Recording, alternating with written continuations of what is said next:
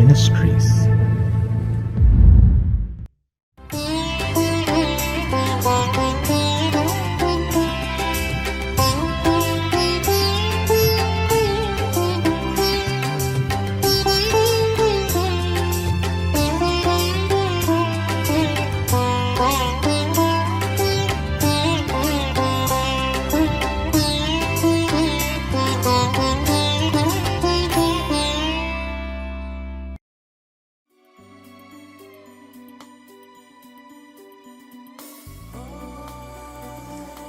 தம்மை நோக்கி கூப்பிடுகிற யாவருக்கும், உண்மையாய் தம்மை நோக்கி கூப்பிடுகிற யாவருக்கும் கர்த்தர் சமீபமாயிருக்கிறார். சங்கீதம் 145:18.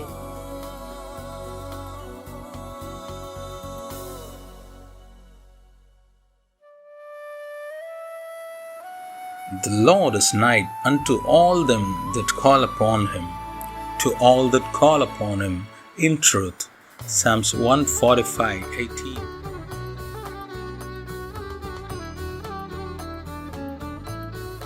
கர்த்தருடைய பரிசுத்த நாமம் மகிமைப்படுவதாக. மகிழ்ச்சிகரமான கடைசி மாதத்தில் காட் கூஸ் இஸ் மினிஸ்ட்ரி சார்பாக உங்களை சந்திப்பதில் பெரும் மகிழ்ச்சி அடைகிறேன். இந்த ஆண்டு முழுவதும் தேவனாகிய கர்த்தர் நம்மையும் நம் குடும்பத்தையும் கிருபையால் தாங்கி நடத்தியிருக்கிறார். நம்முடைய போக்கிலும் வரத்திலும் நம்முடைய பிரயாணங்களிலும் கர்த்தர் நமக்கு துணையாயிருந்தது மாத்திரமல்ல, நம்முடைய பலவீனங்களிலே தம்முடைய வார்த்தையை அனுப்பி பலப்படுத்தியிருக்கிறார். நாம் அநேக நேரங்களிலே சோர்ந்து போய் இருந்த போதும் கர்த்தர் தம்முடைய வார்த்தையினாலே நம்மை தேற்றினார், நம்மை பலப்படுத்தினார். தேவனாகிய கர்த்தர் நம்மோடு கூட இருக்கிறார் என்பதை இதன் மூலம் அநேக நேரங்களிலே நம்மை உணர வைத்திருக்கிறார். விசேஷமாக இந்த கடைசி மாதத்திலே தேவனாகிய கர்த்தர் நிறைவான ஆசீர்வாதங்களால் நிரப்பி நம்மை ஆசீர்வதிப்பார் என்று நம்புகிறேன். கர்த்தருடைய வார்த்தையை கேளுங்கள், நம்புங்கள். கர்த்தருடைய வார்த்தை உங்கள் நடுவிலே பெரிய காரியங்களை செய்யும். தேவனிடத்திலிருந்து ஆசீர்வாதங்களை காத்திருந்து பெற்றுக்கொள்வோம். தேவனாகிய கர்த்தர் நிச்சயம் உங்களையும் உங்கள் குடும்பங்களையும் ஆசீர்வதிப்பாராக. ஆமேன்.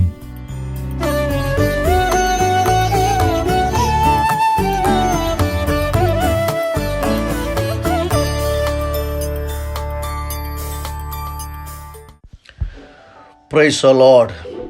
ஆண்டவரும் இரட்சகருமாகிய இயேசு கிறிஸ்துவின் மகா பரிசுத்தமுள்ள நல்ல நாமம் மகிமைப்படுவதாக. இந்த காட் கூஸ் இஸ் மினிஸ்ட்ரியின் தலைவராக இருக்கிறதான சகோதரர் தாமஸ் அவர்கள், அவரோடு இணைந்து கர்த்தர் நாமத்தை மகிமைப்படுத்தி கொண்டிருக்கிற போதக பிதாக்கள் மற்றும் இந்த யூடியூப் வாயிலாக எங்கள் வார்த்தையை கவனித்து கொண்டிருக்கிற கனத்துக்குரிய தேவ பிள்ளைகள், உங்கள் அனைவருக்கும் ஆண்டவராக இயேசு கிறிஸ்துவ நாமத்தினாலே இந்த டிசம்பர் மாத வாழ்த்துதலை கூறிக்கொள்ளுகிறேன். ஆண்டோட பெரிதான கிருபையினாலே இந்த வருஷத்தின் ஆரம்பத்தை கண்ட அநேகர் முடிவை காணாமல் இவ்வுலகத்தை விட்டு கடந்து போன பிற்பாடும் ஒன்றுக்கும் உதவாத அடியார்களாகிய நம்முடைய வாழ்க்கையிலே ஆண்டவர் இந்த பாக்கியத்தை தந்து இந்த டிசம்பர் மாதத்தையும் காண செய்த கிருபைகளை நினைத்து கர்த்தரை ஸ்தோத்தரிக்கிறேன். நம்மை விட ஐஸ்வர்யவான்கள், ஞானவான்கள், படிப்பறிவு உள்ளவர்கள், உயர்ந்தவர்கள், ஐஸ்வர்ய சம்பன்னர்கள், அவர்கள் எல்லாரும் இந்த உலகத்தை விட்டு கடந்து சென்ற போதிலும் ஞானத்திலேயோ அறிவிலேயோ புத்தியிலேயோ பணத்திலேயோ வெல்த்தியிலேயோ இல்லாத நம்மை ஆண்டவர் இந்த மட்டுமாய் கரம் பிடித்து நடத்தி வருகிறாரே. அவருக்கு எத்தனை நாவுகள் இருந்தாலும் அந்த நன்றிகளை நமக்கு அறிவிக்க இயலாது. இந்த நாட்களிலே இந்த டிசம்பர் மாதத்திலும் அடியான் உங்களோடு கூட கர்த்தருடைய வார்த்தையை பகிர்ந்து கொள்வதிலே மிகவும் சந்தோஷமுள்ளவனாய் காணப்படுகிறேன். நாம் இன்றைக்கு மெய்ப்பர்களும் தேவ தூதர்களும் என்கிறதான தலைப்பிலே சில வார்த்தைகள் பரிசுத்த வேத புஸ்தகத்திலிருந்து நாம் சிந்திக்கும்படியாய் கடந்து செல்லுகிறோம். மெய்ப்பர்களுடைய வேலை என்ன, தேவ தூதர்களுடைய வேலை என்ன? அந்த ரெண்டு பேரும் மெய்ப்பர்களும் தூதர்களும் யாருக்கு பணிவிடை செய்தார்கள்? ஆம் தேவ பிள்ளைகளே, கிறிஸ்து பிறப்பினுடைய ஒரு நற்செய்தியாக நாம் எல்லாரும் வாழ்ந்து கொண்டே இருக்கிறோம். அந்த கிறிஸ்து பிறந்த நன்னாளிலே நம்முடைய வாழ்க்கையிலும் சில பிறப்புகள், சில ஐஸ்வர்யங்கள், சில ஆசீர்வாதங்கள் பிறந்து வரட்டுமே என்று சொல்லி மனதார வாழ்த்துகிறேன். உங்களுக்கு ஒரு ஆதாரமாக ஒரு வசனத்தை மட்டும் வாசிக்கிறேன். லூக்கா எழுதின சுவிசேஷம் 2ஆம் அதிகாரம் 10 முதல் 11 வரையுள்ள வார்த்தைகளை வாசிக்கிறேன். தேவதூதன் அவர்களை நோக்கி, பயப்படாதிருங்கள், இதோ எல்லா ஜனத்திற்கும் மிகுந்த சந்தோஷத்தை உண்டாக்கும் நற்செய்தியை உங்களுக்கு அறிவிக்கிறேன். இன்று கர்த்தராகிய கிறிஸ்து என்ற இரட்சகர் உங்களுக்கு தாவீதின் ஊரிலே பிறந்திருக்கிறார். இன்று கர்த்தராகிய கிறிஸ்து என்னும் இரட்சகர் உங்களுக்கு தாவீதின் ஊரிலே பிறந்திருக்கிறார். ஆம் தேவ பிள்ளைகளே, நாம் வாசித்து கேட்டதான வேத பகுதி லூக்கா எழுதின சுவிசேஷம் அதனுடைய 2ஆம் அதிகாரத்திலிருந்து சில வேத வசனங்களை 2 வசனங்களை நாம் வாசித்து கேட்டோம். நமக்கு தெரியும், பரிசுத்த வேத புஸ்தகத்திலே 4 சுவிசேஷங்கள் உண்டு. அந்த 4 சுவிசேஷத்திலே 3வது சுவிசேஷத்தினுடைய பேர் தான் லூக்கா எழுதின சுவிசேஷம். இந்த லூக்கா ஒரு புற ஜாதியில் பட்டவனாய் காணப்பட்டாலும் தியோப்பிலு என்று சொல்லக்கூடியதான் ஒரு பெரிய பண்டிதருக்கு, ஒரு மனிதனுக்கு, குறிப்பாக வேத புஸ்தகத்திலே அந்த நபரை பற்றி 2 இடங்களிலே அவர் எழுதுகிறார். ஒன்று அப்போஸ்தலர் நடபடிகள், இன்னொரு லூக்கா எழுதின சுவிசேஷத்திலே. தியோப்பிலு என்று சொல்லக்கூடிய கனம் பொருந்தின அந்த மனுஷனுக்கு தான் இந்த வார்த்தையை அவர் எழுதுகிறார். ஆம், எனக்கு அன்பான தேவ பிள்ளையே, நான் வேத புஸ்தகத்தில் வாசிக்கும் பொழுது AD 60க்கும் 63க்கும் இடைப்பட்ட காலகட்டத்திலே இந்த லூக்கா எழுதின சுவிசேஷத்தை எழுதியிருக்கிறார். இந்த லூக்கா இயேசு மானிட இரட்சகர் என்று சொல்லி உலகத்திற்கு அறிவிக்க வேண்டும்.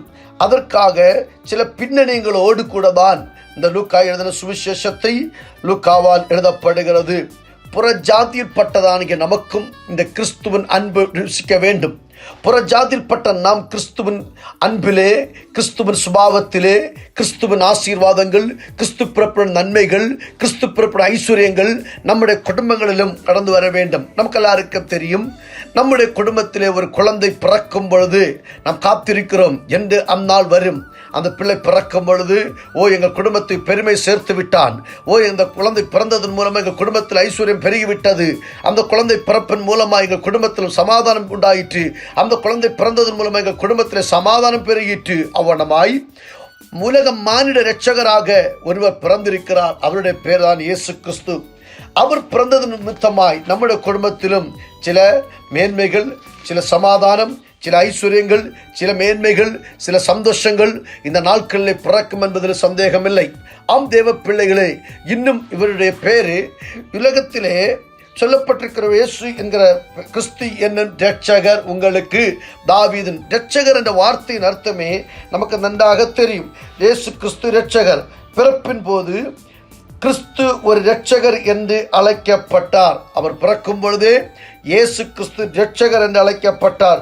ஒரு இரட்சகர் என்ற நிலையில் அவர் நம்மை பாவத்தினின்றும் சாத்தானின் ஆதிக்கத்தினின்றும் நம்முடைய மீறுதலிலிருந்தும் மீட்க வந்தவர் தான் இரட்சகர். நம்முடைய பாவத்திலிருந்தும் சாத்தானின் ஆதிக்கத்திலிருந்தும் நம்மை மீட்க வந்தவர் தான் நம்முடைய இரட்சகர் இயேசு கிறிஸ்து.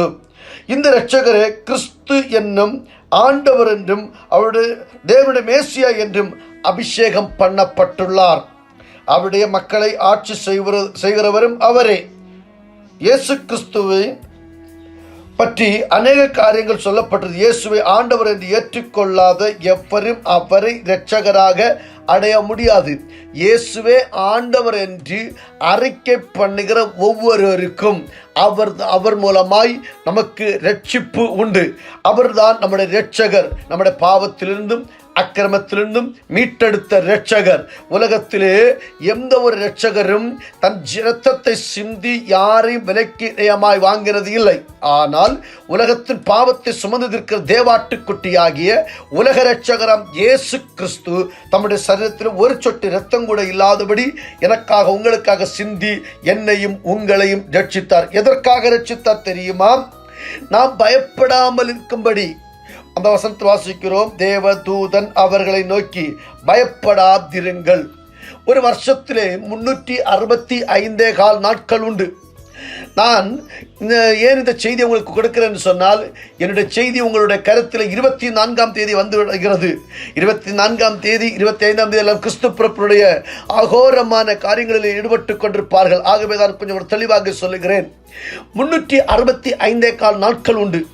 அதில் 366 தடவை பரிசுத்த வேத புஸ்தகத்திலே பயப்படாதேயுங்கள் என்ற வார்த்தை சொல்லப்பட்டிருக்கிறது. அப்படின்னு சொன்னால், தினமும் உலக இரட்சகராம் இயேசு கிறிஸ்து உங்களை பார்த்து சொல்லுகிறார், பயப்படாதிருங்கள்.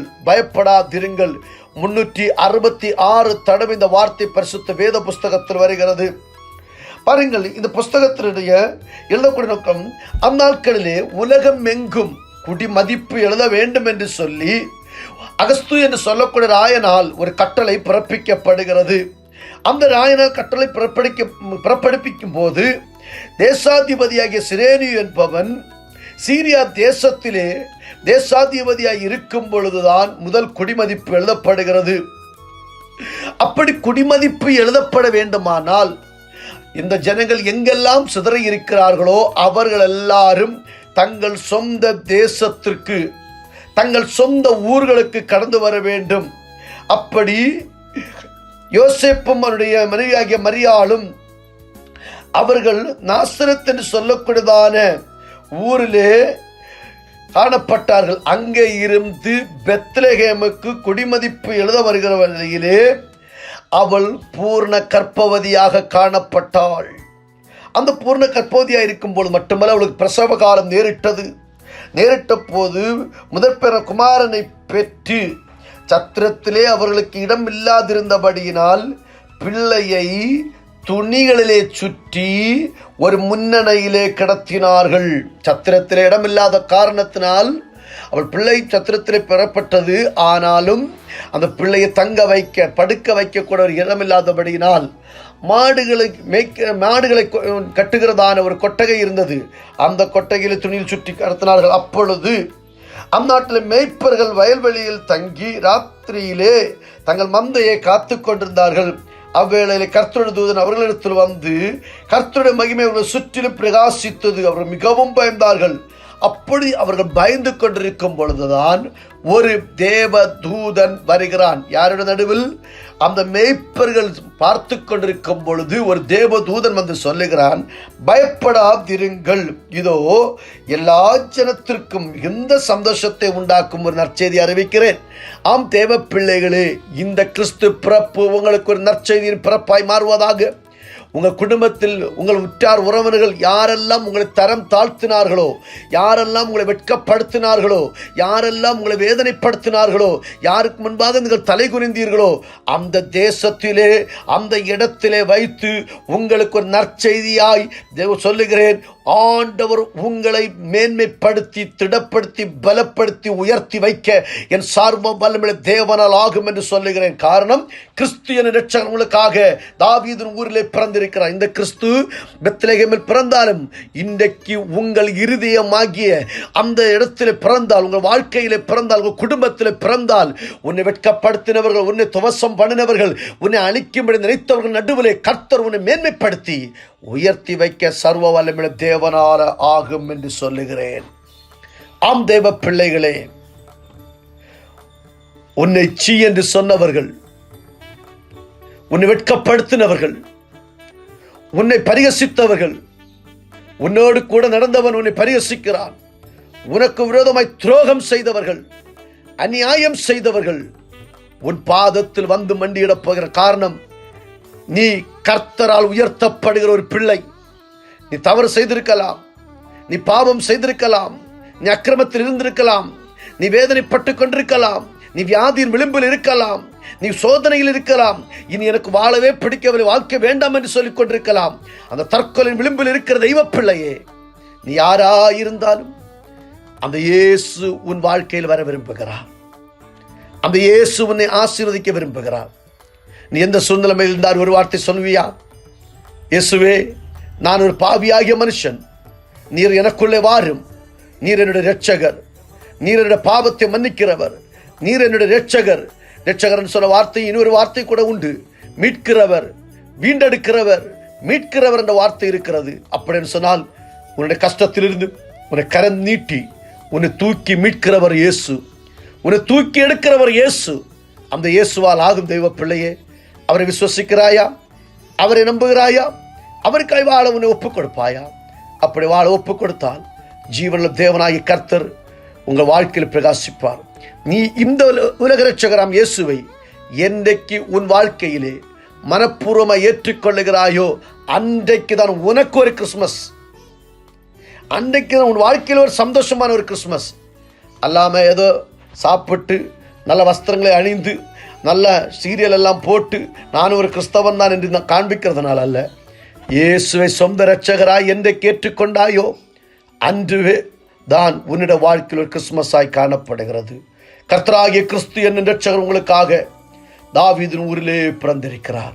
உன்னை மீட்கும்படி பிறந்தார்.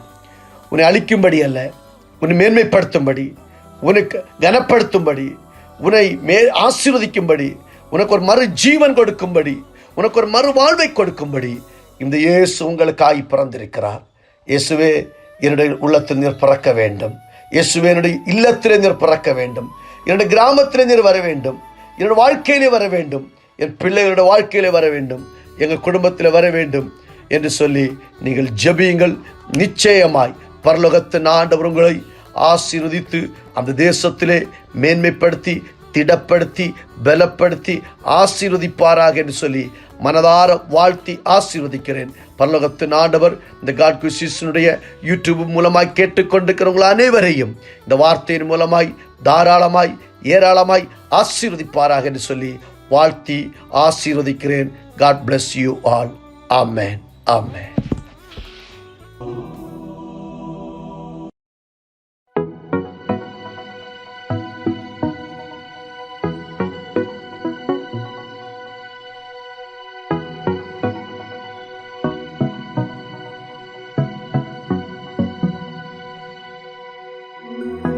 என் நாட்கள் முடியும் வரை, என் ஜீவன் பிரியும் வரை, என் சுவாசம் ஒழியும் வரை உம்மையே நான் ஆராதிப்பேன். என்னோடு கூட சேர்ந்து ஆண்டவரை பார்த்து சொல்லலாமா? உம்மை மாத்திரம் நான் ஆராதிப்பேன்.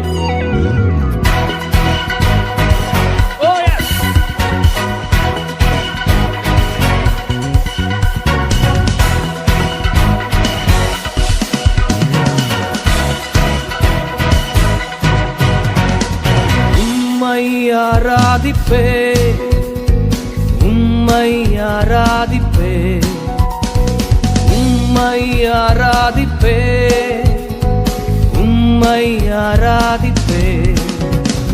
என் நாட்கள் முடியும் வரை, என் ஜீவன் பிரியும் வரை, என் சுவாசம் ஒழியும் வரை உம்மையே ஆராதிப்பே, உம்மையே ஆராதிப்பே, உம்மையே ஆராதிப்பே, உம்மையே ஆராதிப்பே, உம்மை ஆராதிப்பே, உம்மை ஆராதிப்பே, உம்மை ஆராதிப்பே, உம்மை ஆராதிப்பே.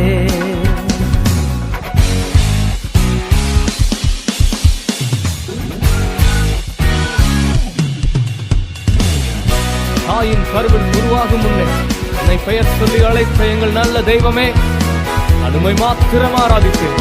தாயினும் மேலாக என்னை நேசிக்கிறதுனால எனக்காக நீ சிலுவையில ஜீவனை தந்தீரே. I will worship you, Lord. தாயின் கருவில் உருவாகும் முன்னே பேர் சொல்லி அழைத்தவர் நீரே. தாயினும் மேலாக அன்பு வைத்து நீர் எனக்காக ஜீவன் தந்தீரே.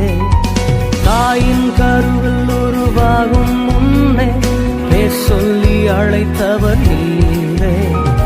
தாயினும் மேலாக அன்பு வைத்து நீர் எனக்காக ஜீவன் தந்தீரே.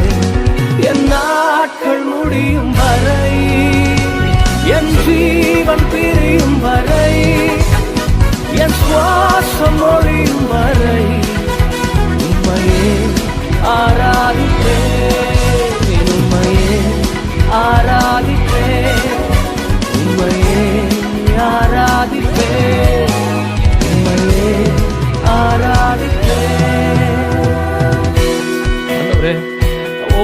கீழே விழும்போது என்னை தூக்கி எடுத்து உம்முடைய நன்மையும் கிருபையும் என்னை தொடரச் செய்து நான் கீழே விழுந்த இடத்துல இருந்து என்னை மீண்டும் நடக்க வைத்தீரே ஆண்டவரே. நீர் எத்தனை அன்புள்ளவர். Oh, I love you, Jesus.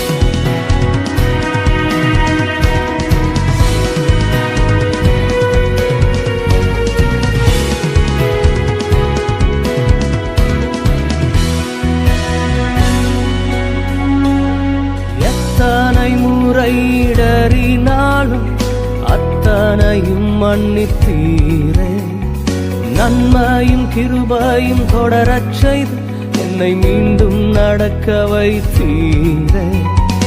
எத்தனை முறை இடறினாலும் அத்தனையும் மன்னித்தீரே. நன்மையும் கிருபையும் தொடரச் செய்து என்னை மீண்டும் நடக்க வைத்தீரே. என் நாட்கள் முடியும் வரை, என் ஜீவன் பிரியும் வரை, என் சுவாசம் ஒழியும் வரை உம்மையே ஆராதிப்பேன், உம்மையே ஆராதிப்பேன், உம்மையே ஆராதிப்பேன், உம்மையே ஆராதிப்பேன். பாவி என்று என்னை தள்ளிடாமல் அன்பினாலே அணைத்துக் கொண்ட எங்கள் நல்ல தெய்வமே, எனக்காக என்னை உம்மோடு சேர்த்துக் கொள்ள திரும்ப வரப்போகிறீரே. I love you, Jesus. உம்மை ஆராதிப்பேன். பாவி என்று என்னை தள்ளிடாமல் அன்போடு அணைத்துக் கொண்டீரே. என்னையும் உம்முடன் சேர்த்துக் கொள்ள நீர் எனக்காக மீண்டும் வருவீரே. பாவி என்று என்னை தள்ளிடாமல் அன்போடு அணைத்துக் கொண்டீரே. என்னையும் உம்முடன் சேர்த்துக் கொள்ள நீர் எனக்காக மீண்டும் வருவீரே. என் நாட்கள் முடியும் வரை, என் ஜீவன் பிரியும் வரை, என் சுவாசம் ஒழியும் வரை உம்மையே ஆராதிப்பேன், உம்மையே ஆராதிப்பேன், உம்மையே ஆராதிப்பேன், உம்மையே ஆராதிப்பேன், உம்மை ஆராதிப்பேன், உம்மை ஆராதிப்பேன், உம்மை ஆராதிப்பேன், உம்மை ஆராதிப்பேன். என் நாட்கள் முடியும் வரை, என் ஜீவன் பிரியும் வரை, என் சுவாசம் ஒழியும் வரை உம்மையே ஆராதிப்பேன், உம்மையே ஆராதிப்பேன். Yes, Lord. நான் உம்மை மாத்திரம் ஆராதிப்பேன். என்னோடு கூட சேர்ந்து Come on, everyone.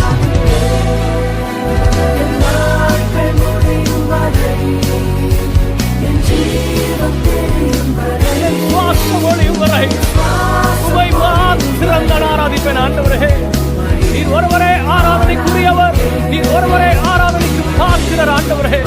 நான் உம்மை மாத்திரம் ஆராதிப்பேன்.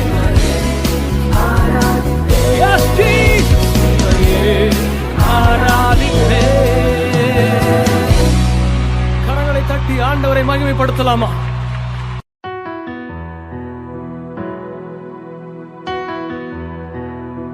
நம்பிக்கைதான்